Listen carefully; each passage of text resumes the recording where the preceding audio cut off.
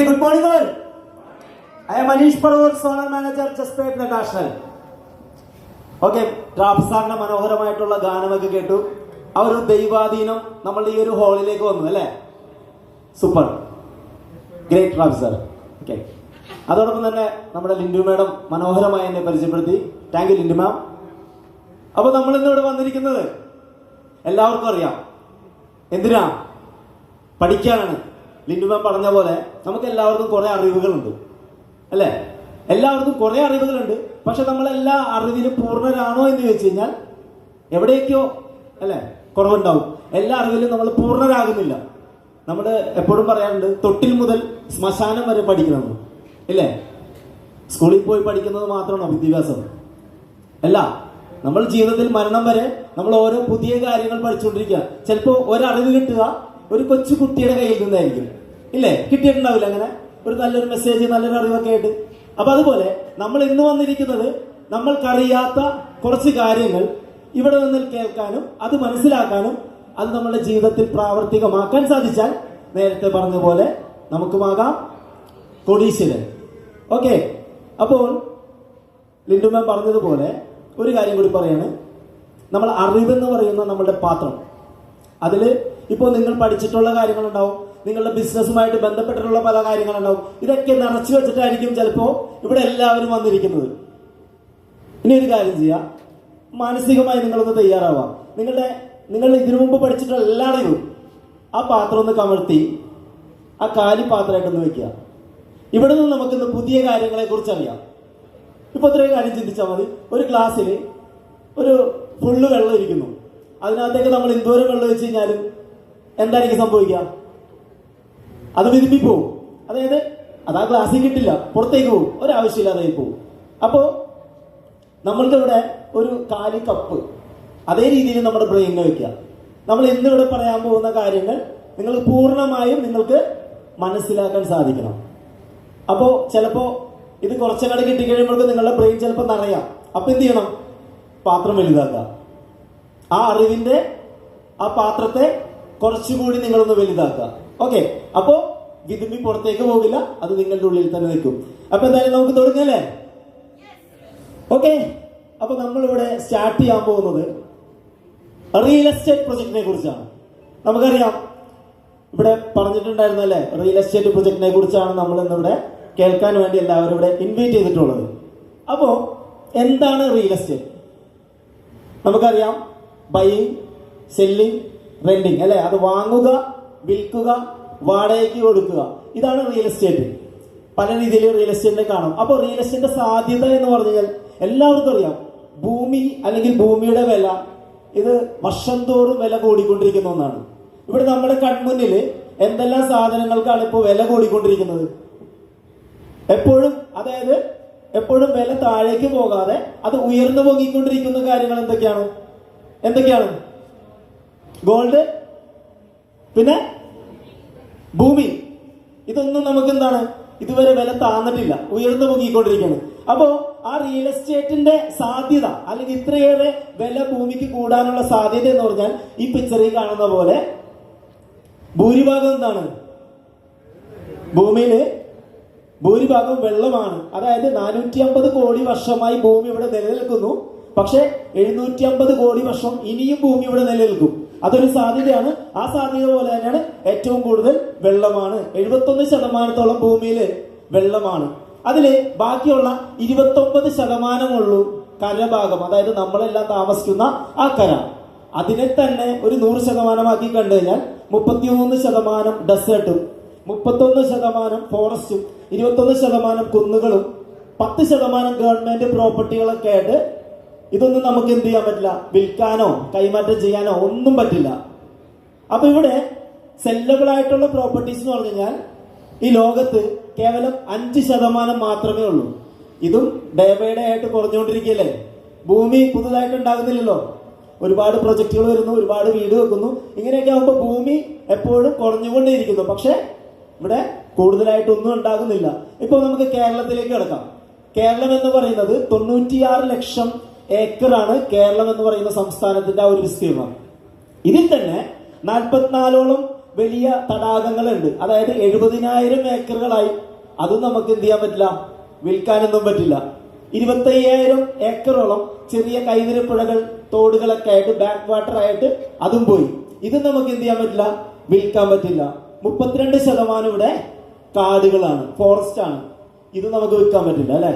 അപ്പോ ഇവിടെയും നമ്മളുടെ ഈ കൊച്ചു കേരളത്തിൽ സെല്ലബിൾ ആയിട്ടുള്ള പ്രോപ്പർട്ടി എന്ന് പറയുമ്പോൾ 10 മുതൽ 12 ലക്ഷം ഏക്കറുകൾ മാത്രമേ ഉള്ളൂ. ഇതിലൊക്കെയാണ് നമ്മൾ ഈ വിപണനം ചെയ്യുന്നത് അല്ലെങ്കിൽ കൈമാറ്റം ചെയ്യപ്പെടുന്നത്. അപ്പൊ ഇതും ഡേ ബൈ ഡേ എന്താണ്, കുറഞ്ഞുകൊണ്ടിരിക്കുകയാണ്. കാരണം എന്താ, പോപ്പുലേഷൻ കൂടിക്കൊണ്ടിരിക്കല്ലേ. ഇവിടെ നമ്പർ 1 പോപ്പുലേഷനിൽ 1ാം സ്ഥാനം കപ്പടിച്ചിരിക്കുന്ന ആർക്കാ അറിയാമോ? ആരാണ്? ഇന്ത്യ. ആ കപ്പ് നമുക്കിരിക്കുകയാണ് അല്ലെ. ആ നമ്മളെ തോപ്പിക്കാൻ ആർക്കും പറ്റില്ല അല്ലെ. അപ്പോ ഇവിടെ കഴിഞ്ഞ ഏതാനും വർഷങ്ങൾക്ക് മുമ്പ് യുപിയിലും ബാംഗ്ലൂരിലൊക്കെ ഏക്കർ കണക്കിനൊക്കെ ഭൂമി സെയിൽ ചെയ്തിരുന്നു, ഏക്കറിന്. പിന്നെ അതെന്ത്, ഏക്കറിനുള്ള കച്ചവടങ്ങളൊന്നുമില്ല, സെന്റിനായി. ഇപ്പൊ എന്താ അവസ്ഥ? ഇപ്പൊ സ്ക്വയർ ഫീറ്റിനാണ് ഭൂമി കച്ചവടം ബാംഗ്ലൂരിലും യുപിയിലൊക്കെ നടക്കുന്നത്. എന്തിനു പറയുന്നു, ഈ കൊച്ചു കേരളത്തിലെ ഈ എറണാകുളം ജില്ലയിലെ ഈ കൊച്ചിയിലും ഇതേ രീതിയിൽ സ്ക്വയർ ഫീറ്റ് എന്നുള്ള രീതിയിലേക്ക് മാറിക്കൊണ്ടിരിക്കുകയാണ്.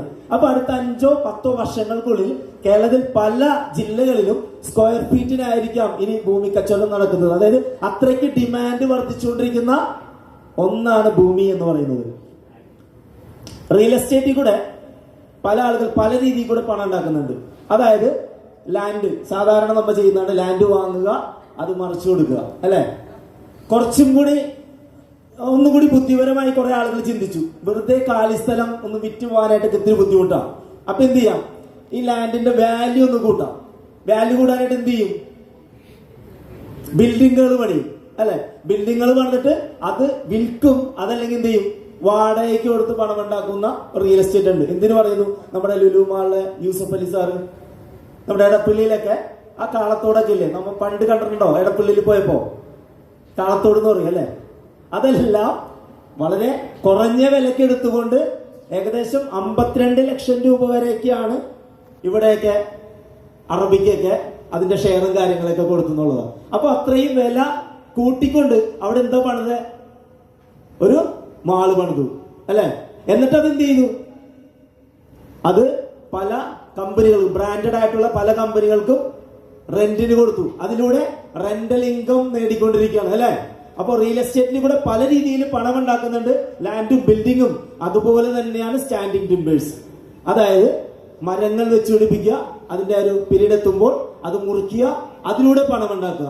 ഇങ്ങനെയും വിലപിടിപ്പുള്ള മരങ്ങൾ വെച്ചുപിടിച്ചിട്ട് പണം ഉണ്ടാക്കുന്ന റിയൽ എസ്റ്റേറ്റ് ഉണ്ട്. നെക്സ്റ്റ് ആണ് നാച്ചുറൽ റിസോഴ്സസ്. അതായത് പ്രകൃതിയിൽ നിന്ന് വെറുതെ പ്രകൃതി നൽകുന്ന കല്ല്, മണ്ണ്, വെള്ളം കണ്ടല്ലേ, പാറമട, കരിങ്കൽ കോറിയൊക്കെ. അതുപോലെ അതിൽ നിന്നും ഒരു വരുമാനം കണ്ടെത്തുന്ന റിയൽ എസ്റ്റേറ്റ് ഉണ്ട്.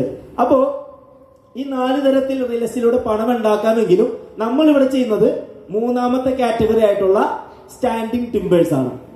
ഓക്കെ, മരങ്ങൾ വെച്ച് പിടിപ്പിക്കുക, അതിലൂടെ വരുമാനം ഉണ്ടാക്കാം. അപ്പൊ അങ്ങനെ ഏറ്റവും വിലപിടിപ്പുള്ള മരങ്ങൾ എന്നൊക്കെ പറയുമ്പോൾ നിങ്ങളുടെ കൺമുന്നിൽ വരുന്ന മരം അല്ലെങ്കിൽ ഓർമ്മയിൽ വരുന്ന മരം ഏതാ? പെട്ടെന്ന് ചന്ദനം. കാരണം നമ്മൾ മലയാളികളായതിന്റെ പേരിൽ നമുക്ക് ചന്ദനം ഓർമ്മ വരും. ഇനി വേൾഡിലെ ഏറ്റവും വില കൂടിയ മരം ഏതാണെന്നറിയാമോ? വേൾഡിൽ തന്നെ ഏറ്റവും കൂടുതൽ വില കിട്ടുന്ന മരം ഏതാ? African black wood. African black wood ആണ്. 1 കിലോ ആ വുഡിന് 7 ലക്ഷം രൂപ മുതൽ 8 ലക്ഷം രൂപ വരെയൊക്കെ വിലയുണ്ട്. അതിശയിക്കും നമ്മൾ കേട്ട് കഴിഞ്ഞാൽ. ഒരൊറ്റ കഷ്ണത്തിനാ 1 കിലോക്ക് 8 ലക്ഷം രൂപ വരെ വിലയുള്ള മരമാണ് ആഫ്രിക്കൻ ബ്ലാക്ക് വുഡ്. അതായത് അത്രയും വിലയുള്ള മരങ്ങളൊക്കെ ഉണ്ടെന്ന് അറിഞ്ഞില്ലേ? ഓക്കെ, അപ്പോ ഇവിടെ നമ്മൾ ചെയ്യുന്നത് സ്റ്റാൻഡിങ് ടിമ്പേഴ്സിന്റെ ഭാഗമായി 1400 ഏക്കർ കേരളത്തില് കൃഷി ചെയ്യാൻ പറ്റുന്ന അനുയോജ്യമായിട്ടുള്ള സ്ഥലങ്ങൾ തെരഞ്ഞെടുത്തുകൊണ്ട് ആ 1400 ഏക്കറിനെ 5 സെന്റിന്റെ വീതം പ്ലോട്ടുകളാക്കി തിരിക്കും. അങ്ങനെ 28,000 പ്ലോട്ടുകളാണ് 5 സെന്റിന്റെ വീതം നമ്മൾ ഈ ഒരു കൃഷിക്ക് വേണ്ടി നമ്മളിവിടെ നീക്കി വെക്കുന്നത്. അങ്ങനെ 2 ഏക്കറിന്റെ 700 പ്രൊജക്ടുകളാണ് നമ്മളിവിടെ ചെയ്യുന്നത്. എല്ലാ 2 ഏക്കർ വീതമുള്ള പ്രൊജക്റ്റിലും 40 5 സെന്റിന്റെ വീതമുള്ള പ്ലോട്ടുകൾ ഉണ്ടാവും. അപ്പോൾ നമ്മൾ പറഞ്ഞു നമ്മളിവിടെ ചെയ്യുന്നത് എന്താണ്? ചന്ദന കൃഷി, സാൻഡൽവുഡ് പ്ലാന്റേഷൻ. അപ്പോൾ ചന്ദനം എന്ന് കേൾക്കുമ്പോൾ പെട്ടെന്ന് നമുക്ക് ഓർമ്മ വരുന്നത് എന്തൊക്കെയാണ്? പെട്ടെന്ന് ഓർമ്മ വരുന്നു, ഓടി വരുന്ന എന്തൊക്കെയാ? ചന്ദനം, വീരപ്പൻ.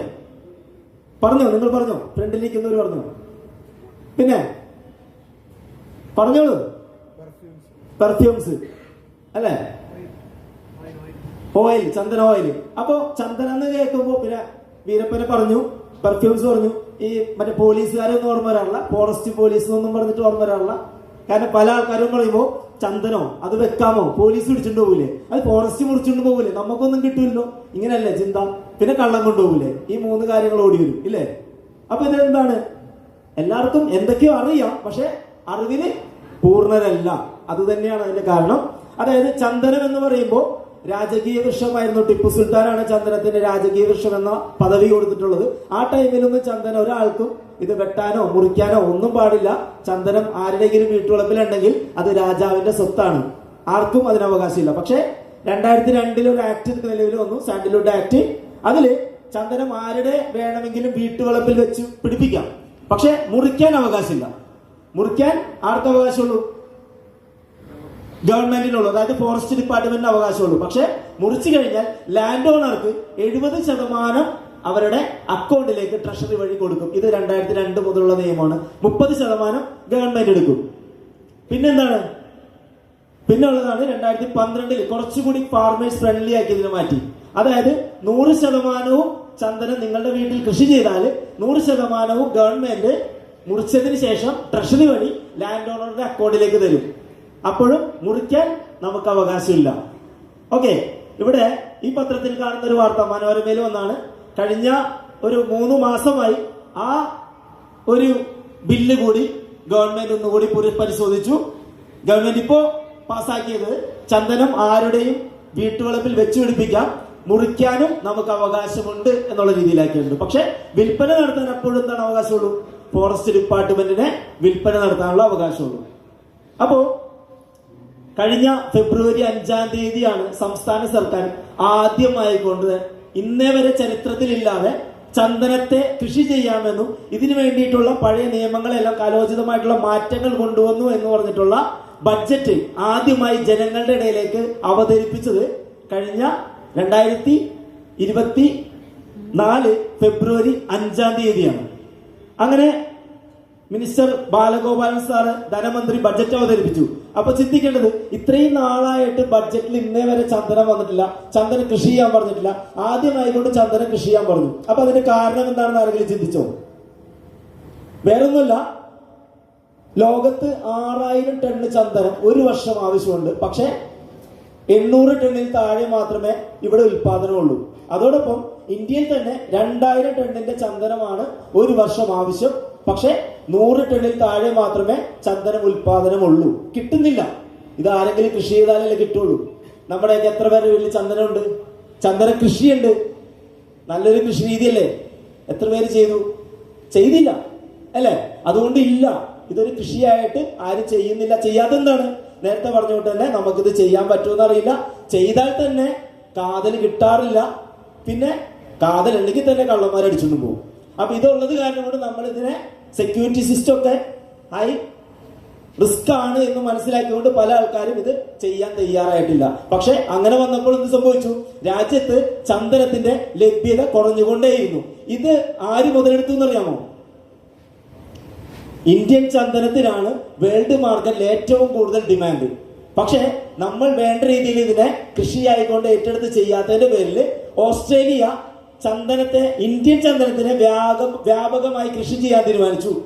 അങ്ങനെ കഴിഞ്ഞ വർഷങ്ങളിലൊക്കെ ഇന്ത്യയിലേക്ക് ആവശ്യമായിട്ടുള്ള ചന്ദനം ഓസ്ട്രേലിയയിൽ നിന്ന് ഇന്ത്യയിലേക്ക് ഇറക്കുമതി ചെയ്യേണ്ട ഒരു ഗതികേട് പോലും ഇന്ത്യക്ക് വന്നു എന്നുള്ളതാണ്. അപ്പൊ ഇത് മനസ്സിലാക്കിക്കൊണ്ട് കേന്ദ്ര സർക്കാർ ചന്ദന കൃഷി കേരളത്തിന്റെ പശ്ചിമഘട്ടമുള്ള കേരള, തമിഴ്നാട്, ആന്ധ്ര, കർണാടക ഈ 4 സംസ്ഥാനങ്ങളോട് ഇത് കൃഷിയായിട്ട് തന്നെ ചെയ്യാൻ ഏറ്റെടുക്കാൻ പറഞ്ഞു. അതില് കേരളം കഴിഞ്ഞ ഫെബ്രുവരി 5-ാം തീയതി ബഡ്ജറ്റിൽ അത് അനൗൺസ്മെന്റ് ചെയ്തു, ജനങ്ങളിലേക്ക് ഇത് എത്തിച്ചു.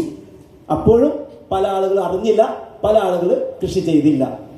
ഓക്കെ, അപ്പോ ഇത് ചെയ്തിരുന്നെങ്കിൽ തീർച്ചയായിട്ടും വലിയ ലാഭങ്ങൾ നമുക്ക് അതിലൂടെ ഉണ്ടാക്കാം. അപ്പൊ നമ്മൾ ഇതിനെ ജസ്പേഡ് ഇന്റർനാഷണൽ കമ്പനി ഈ ഒരു പ്രൊജക്ടിനെ മനസ്സിലാക്കി കഴിഞ്ഞ 3 വർഷമായി ഇതിനെക്കുറിച്ച് പഠിച്ചു, റിസർച്ച് നടത്തി. അതിന്റെ ഫലമായി കൊണ്ട് നമ്മൾ ഇതിനൊരു പ്രൊജക്റ്റ് ആയിക്കൊണ്ട് ഏറ്റെടുത്തു.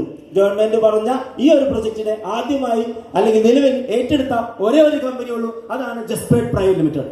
അപ്പോ ജസ്പേഡ് കമ്പനി ഇത് ഏറ്റെടുത്തു. നമ്മൾ ഇതിനു വേണ്ടി വയനാടില് പ്രോപ്പർട്ടി കണ്ടു, സ്ഥലം കണ്ടിഷ്ടപ്പെട്ടു, അതിന്റെ മണ്ണും കാര്യങ്ങളെല്ലാം ടെസ്റ്റ് ചെയ്തു. ചന്ദന കൃഷിക്ക് ഏറ്റവും അനുയോജ്യമായിട്ടുള്ള ഒരു സ്ഥലമായിട്ട് നമ്മൾ അതിനെ കണ്ടു. നമ്മളിവിടെ ചെയ്യുന്നതെന്ന് വെച്ച് കഴിഞ്ഞാൽ 5 സെന്റ് ഭൂമി വീതം 20 ചന്ദനത്തോടൊപ്പം തന്നെ അതിന്റെ പ്ലോട്ടുകളെല്ലാം തിരിച്ച് എല്ലാ പ്രോപ്പർട്ടിയിലേക്കുള്ള വഴികളും കാര്യങ്ങളൊക്കെ ഏർപ്പെടുത്തിക്കൊണ്ട് പ്രോപ്പർട്ടി ചെന്ന് കണ്ട് ഇഷ്ടപ്പെടുന്ന ആളുകൾക്ക് ആധാരം രജിസ്റ്റർ ചെയ്ത് കൊടുക്കുന്നു. മനസ്സിലാകുന്നുണ്ടല്ലോ? ലീസിനൊന്നുമല്ല, നിങ്ങൾക്ക് പ്രോപ്പർട്ടി ചെന്ന് കണ്ട് ഇഷ്ടപ്പെട്ടതിന് ശേഷം ആ പ്രോപ്പർട്ടി നിങ്ങളുടെ പേരിലോട്ട് ആധാരം ചെയ്ത് വാങ്ങിക്കാം. അപ്പൊ അങ്ങനെ ചെയ്യുമ്പോൾ 10 മുതൽ 15 ലക്ഷം രൂപയ്ക്കാണ് ഈ ഒരു പ്രോപ്പർട്ടി നമ്മൾ വിൽക്കുന്നത്. അപ്പോ ഇതിൽ നിന്ന് നമുക്ക് എന്ത് വരുമാനമാണ് കിട്ടുക എന്നുകൂടി അറിയണ്ടേ? അപ്പോ ഒരു ചന്ദനമരം എന്ന് പറഞ്ഞു കഴിഞ്ഞാൽ ഹോസ്റ്റ് പ്ലാന്റിന്റെ സഹായത്തോടൊപ്പം, അതായത് ചന്ദനം ഒരു സെമി പാരസൈറ്റ് ആണ്. മറ്റ് സസ്യങ്ങളിൽ നിന്ന് വേരുകൾ വലിച്ചെടുത്തുകൊണ്ടാണ് സ്വന്തമായി കൊണ്ട് ഫുഡുകൾ ഉണ്ടാക്കാനല്ല ഫുഡ് പാകം ചെയ്യുന്നുള്ള കഴിവില്ലാത്ത ഒരു മോഷ്ടാവാണ് ചന്ദനം. മറ്റ് സസ്യങ്ങളിൽ നിന്നുള്ള ഇതിന്റെ ന്യൂട്രീഷൻസ് കാര്യങ്ങൾ വലിച്ചെടുത്തുകൊണ്ട് ഏകദേശം 10 മുതൽ 15 വർഷം കൊണ്ട് ഇതിനെ ശരിയായ രീതിയിൽ ജൈവ കൃഷി രീതിയിൽ വളർത്തിയെടുത്താൽ നമുക്കൊരു ടോട്ടൽ വെയിറ്റ് ഏകദേശം 200 കിലോ വരെ ഭാരം നമുക്ക് കിട്ടും. കാതലല്ല കേട്ടോ, ടോട്ടൽ വെയിറ്റ് ചന്ദനത്തിന്റെ 200 കിലോ വരെ. അതിന്റെ ഒരു 10% കാതൽ ഉണ്ടാവുള്ളൂ. കാതൽ എന്ന് പറയുമ്പോൾ 10% മാത്രം. ആ 10% കാതലിന് ഇന്നത്തെ ഏകദേശ വില എന്ന് പറയുന്നത് 23,000 രൂപ മറികടന്നു. പക്ഷെ നമുക്കതിനെ ഒരു 20,000 രൂപ വെച്ച് കൂട്ടിയാലും ഒരു ചന്ദനമരത്തിന്റെ 20 കിലോ കാതലിൽ നിന്ന് നമുക്ക് 4 ലക്ഷം രൂപ വരെ സമ്പാദിക്കാം. ഒരൊറ്റ മരത്തിന്റെ 10% കാതലിൽ നിന്ന്. കഴിഞ്ഞില്ല. ചന്ദനത്തിന്റെ പ്രത്യേകതയാണ് ഈ ഇല ഒഴികെയുള്ള ബാക്കി എല്ലാ ഭാഗങ്ങളും 15ഓളം ക്ലാസിഫിക്കേഷൻസിലായിട്ട് തരംതിരിച്ചുകൊണ്ട് ഫോറസ്റ്റ് ഡിപ്പാർട്ട്മെന്റ് ലേലത്തിലെടുത്തുകൊണ്ട് അതിന്റെ വില നൽകുന്നുണ്ട്. 150 കിലോ ബാക്കിയുള്ള ഭാഗം കൂട്ടിയാൽ 2,000 രൂപ വെച്ച് ആവറേജ് കൂട്ടിയാലും 3,60,000 രൂപ അതിലൂടെയും നമുക്ക് സമ്പാദിക്കാം. അങ്ങനെ ഒരു മരത്തിൽ നിന്ന് ടോട്ടൽ ഏകദേശം 7,60,000 രൂപ വരെ നമുക്ക് സമ്പാദിക്കാൻ സാധിക്കുന്നു. നമ്മുടെ പ്രോപ്പർട്ടിയിൽ എത്ര മരങ്ങളുണ്ട്? 20 അല്ലെ? അപ്പോ ആ 20 മരങ്ങളിൽ നിന്ന് 7,60,000 രൂപ വെച്ച് കൂട്ടുമ്പോൾ 1,52,00,000 രൂപ ഈ ഒരു പ്രൊജക്ടിലൂടെ കേവലം 5 സെന്റ് ഭൂമിയിൽ നിന്ന് നമുക്ക് ലാഭമുണ്ടാക്കാൻ സാധിക്കും. തീർച്ചയായിട്ടും കഴിഞ്ഞില്ല. കാരണം കഴിഞ്ഞ 15 വർഷങ്ങൾക്ക് മുമ്പ് വെച്ചിരുന്നെങ്കിൽ ഇന്ന് മുറിക്കുമ്പോൾ ഗവൺമെന്റ് കൊടുക്കുന്ന റേറ്റ് ആണ്. വെച്ചില്ലല്ലോ. അതുകൊണ്ട് പക്ഷെ ഇപ്പൊ വെക്കാൻ തീരുമാനിച്ചാൽ നമുക്ക് കിട്ടാനിരിക്കുന്ന റേറ്റ്, അതിന് നമുക്ക് എന്ത് വേണം? ചന്ദനത്തെ കുറിച്ച് ഒന്നുകൂടി പഠിച്ചാൽ കേന്ദ്ര സർക്കാരിന്റെ കീഴിൽ വരുന്ന IWST, അതായത് institute of wood science and technology, നമ്മുടെ ഫോണിൽ ഗൂഗിൾ എടുത്ത് നോക്കിയാൽ ഇത് കിട്ടും. IWST. അപ്പോ കേന്ദ്ര സർക്കാരിന്റെ കീഴിൽ വരുന്ന ഒരു ഇൻസ്റ്റിറ്റ്യൂട്ട് ആണ്, സയന്റിസ്റ്റ് ടീമാണ്. മരങ്ങളെ കുറിച്ച് മാത്രം റിസർച്ച് നടത്തി പഠനങ്ങൾ നടത്തി അതിനെക്കുറിച്ചുള്ള ഡീറ്റെയിൽസുകളെല്ലാം സൈറ്റിൽ അപ്ലോഡ് ചെയ്യുന്നു. നമുക്കും പഠിക്കാം. നേരിട്ട് ചെന്ന് മനസ്സിലാക്കണമെങ്കിൽ ബാംഗ്ലൂരാണ് ഹെഡ് ഓഫീസ്. അതോടൊപ്പം ആ സൈറ്റ് അല്ലെങ്കിൽ ആ ഒരു റിസർച്ച് ടീം ചന്ദനത്തെ കുറിച്ച് മാത്രം പഠിച്ചപ്പോൾ അതിൽ നിന്ന് കിട്ടിയ ഒരു ഔട്ട്പുട്ട്, അതായത് ചന്ദനത്തിന്റെ ഡിമാൻഡ്, ചന്ദനം ഒരു അർദ്ധ പരാഗ സസ്യമാണെന്നും ഇതിനെ ഉയരം കൂടിയ പ്രദേശങ്ങളിൽ സമുദ്രനിരപ്പിൽ നിന്ന് ഏകദേശം 700 മീറ്ററിന് മുകളെ ഉയരമുള്ള പ്രദേശങ്ങളിൽ കൃഷി ചെയ്താൽ, അത് പശ്ചിമഘട്ടത്തിൽ കൃഷി ചെയ്താൽ വേഗത്തിൽ കാതൽ ഉണ്ടാകുന്നു എന്നെല്ലാം അതിന്റെ റിസർച്ചിന്റെ ഫലമായിട്ട് കണ്ടെത്തി. സമുദ്രനിരപ്പിൽ നിന്ന് ഒരുപാട് ഉയരമുള്ള സ്ഥലങ്ങളിലെ കാതല് കൃത്യമായിട്ട് ഉണ്ടാവുള്ളൂ. അപ്പോ ആ സൈറ്റിൽ തന്നെ പ്രതിപാദിക്കുന്നുണ്ട്. അതാണ് സാൻഡൽവുഡ് ഇൻഫർമേഷൻ സിസ്റ്റം. അതായത് IWSTയുടെ കീഴിൽ വരുന്ന ഒരു സൈറ്റാണ് സാൻഡൽവുഡ് ഇൻഫർമേഷൻ സിസ്റ്റം. അതില് ചന്ദനത്തിന്റെ വില നിലവാരം കൃത്യമായിട്ട് അടയാളപ്പെടുത്തിയിട്ടുണ്ട്. അതായത് 1980 1 കിലോ ചന്ദനത്തിന് കേവലം 20 രൂപ മാത്രമേ ഉണ്ടായിരുന്നുള്ളൂ. 90ലേക്ക് എത്തിയപ്പോൾ അത് 200 രൂപയായിട്ട് കുതിച്ചു. 2008ലേക്ക് എത്തിയപ്പോൾ നേരെ 3,000 രൂപയിലേക്ക് മാറി. 2023ലേക്ക് എത്തിയപ്പോൾ ആ 3,000 രൂപയിൽ നിന്ന് നേരെ 20,000 രൂപയിലേക്കാണ് കുതിച്ചിരിക്കുന്നത്. അതായത് ഏകദേശം 7 മടങ്ങിന്റെ വില വർധനവ് നമുക്ക് കാണാം ഒരു 15 വർഷം കൊണ്ട്. ഇനി നോക്കാം, അടുത്ത 15 വർഷം കഴിയുമ്പോൾ നമുക്ക് 20,000 അല്ല കിട്ടാൻ പോകുന്നത്. അത് നോക്കണമെങ്കിൽ ഇവിടെ തന്നെ നോക്കിയാൽ മതി. ഈ 3,000 നേരെ 6,000 അല്ല ആയത്, അല്ലെ? 9,000 അല്ല, 12,000 അല്ല, 15,000 അല്ല ആയത്, നേരെ 20 ഇപ്പൊ ഏകദേശം 23,800 മറികടന്ന് നിൽക്കുകയാണ്. അപ്പോ അടുത്ത 15 വർഷത്തിൽ അത് 20,000 നിൽക്കാതെ, 40,000 നിൽക്കാതെ, 80,000 നിൽക്കാതെ അത് 1-2 ലക്ഷം രൂപ വരെ വില വർദ്ധിക്കാനുള്ള സാധ്യതയാണ് പറയപ്പെടുന്നത്. പക്ഷേ നമ്മൾ അത്രയൊന്നും കൂട്ടുന്നില്ല. നമ്മളൊരു 4.5 മടങ്ങ് മാത്രം വില വർധനവ് പ്രതീക്ഷിച്ചു കഴിഞ്ഞാൽ 1 കിലോ ചന്ദനത്തിന്റെ കാതലിൽ നമുക്കൊരു 87,500 രൂപ പ്രതീക്ഷിക്കാം. അങ്ങനെ നോക്കുന്നതിന് മുമ്പ് ഒരു കാര്യം പറയട്ടെ. നമ്മുടെ മുന്നില് നമ്മൾ നേരത്തെ പറഞ്ഞൊരു കാര്യമുണ്ട്. ഏറ്റവും കൂടുതൽ വില വർദ്ധിച്ചുകൊണ്ടിരിക്കുന്ന എന്തൊക്കെയാണെന്ന് പറഞ്ഞ്? ഗോൾഡ്, റിയൽ എസ്റ്റേറ്റ് അല്ലെ. ഇനി മൂന്നാമത്തെ ഒരു സാധനം കൂടെ ഉണ്ടെന്ന് മനസ്സിലായോ? എന്താണത്? ചന്ദനം. ഇനി അതിന്റെ വില വർധനം എങ്ങനെയാണെന്ന് കാണണോ? ഇതിൽ ആരെ കേമൻ നിങ്ങൾക്ക് മനസ്സിലായോ? ആരെ കേമൻ? ചന്ദനം. ഒന്നും കൂടി പറഞ്ഞുതരാം. 1980 1 പവൻ സ്വർണത്തിന്റെ വില അറിയാവുന്ന ആരെങ്കിലും ഉണ്ടോ ഇവിടെ? 1980 1300. ഉണ്ട്, 1300. ഇവിടെ 1980 1 കിലോ ചന്ദനത്തിന് 20 രൂപ. പക്ഷെ 41 വർഷം പിന്നിട്ടപ്പോ ഏകദേശം 1000 മടങ്ങ് വില വർദ്ധിച്ചു. ശ്രദ്ധിക്കുന്നുണ്ടോ? സ്വർണത്തിനോ കേവലം 53 മടങ്ങേ വില വർദ്ധിച്ചിട്ടുള്ളൂ. അപ്പൊ 53 മടങ്ങ് വില വർദ്ധിച്ച സ്വർണമാണോ കേമൻ? 1000 മടങ്ങ് വില വർദ്ധിച്ച ചന്ദനമാണോ കേമൻ? സാൻഡൽവുഡ് അല്ലെ. അപ്പോ ഇനി നമുക്ക് നോക്കാം, അടുത്ത 15 വർഷത്തിനുള്ളിൽ നമ്മളുടെ ഈ ഒരു പ്രോപ്പർട്ടിയിൽ നിന്ന് ഒരു 20 കിലോ വരുന്ന ഹാർഡ്വുഡിന്, അതായത് 1 കിലോക്ക് 87,500 വെച്ച് കൂട്ടിയാൽ 17.5 ലക്ഷം രൂപയാണ് ഒരു മരത്തിന്റെ കാതലിൽ നിന്ന് മാത്രം നമുക്ക് കിട്ടുന്ന വരുമാനം. ഇനി 5 സെന്റ് ഭൂമിയിൽ 20 മരങ്ങൾ, ആ 20 മരങ്ങളുടെ കാതലിൽ നിന്ന് 17.5 ലക്ഷം രൂപ വെച്ചിട്ട് ഒരു 3.5 കോടി രൂപ വരെ നമുക്ക് സമ്പാദിക്കാം. കഴിഞ്ഞില്ല, ഇവിടെ നമ്മൾ കാതല് പറഞ്ഞിട്ടുള്ളൂ. ഇനി വെള്ളം നമുക്ക് അന്നത്തെ വില തന്നെ കൂട്ടിയാലും, ഏത് കഴിഞ്ഞ ഈ സമയത്തെ വില ഏകദേശം 2,000 രൂപ ആവറേജ് ആണ്. 15 വർഷം കഴിയുമ്പോൾ കൂടും.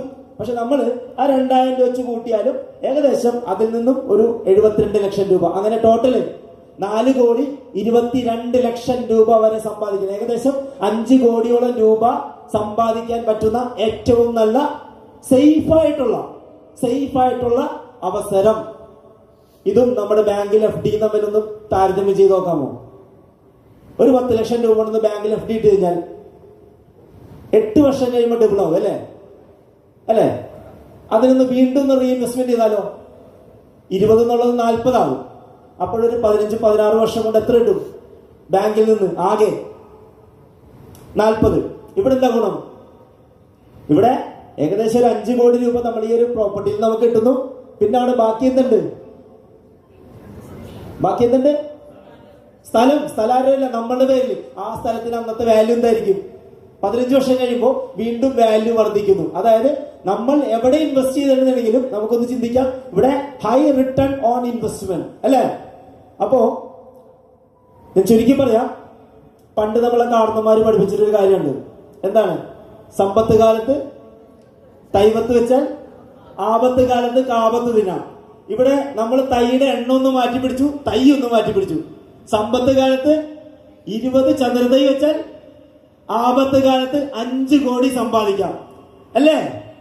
ഇത്രയും മനോഹരമായിട്ടുള്ള, ഇത്രയും നല്ല രീതിയിൽ സേഫ് ആയിട്ടുള്ള, നമ്മളുടെ പേരിൽ ആധാരം ചെയ്തിട്ട് നമുക്ക് നൽകുന്ന ഈ ഒരു ചന്ദനത്തോട്ടത്തിൽ നിന്ന് 5 കോടി രൂപ വരെ സമ്പാദിക്കാൻ പറ്റുമെങ്കിൽ തീർച്ചയായിട്ടും നമ്മളുടെ ആ 15 വർഷത്തിന് ശേഷമുള്ള നമ്മളുടെ ആ ഒരു ടൈം, നമ്മളുടെ മക്കളെ കുറിച്ചൊന്ന് ആലോചിച്ച് നോക്കുക. നമ്മുടെ വീട്, നമ്മുടെ വാഹനം, അല്ല അവരുടെ വിദ്യാഭ്യാസം, അവരുടെ വിവാഹം, ഇതെല്ലാം നമ്മൾ കണ്ടിട്ടുള്ള സ്വപ്നങ്ങൾ, ആ സ്വപ്നങ്ങളിലേക്ക് ഇതിനെല്ലാം നമുക്ക് എത്തിച്ചൂടെ? വളരെ പെട്ടെന്ന് തന്നെ ഇല്ലേ?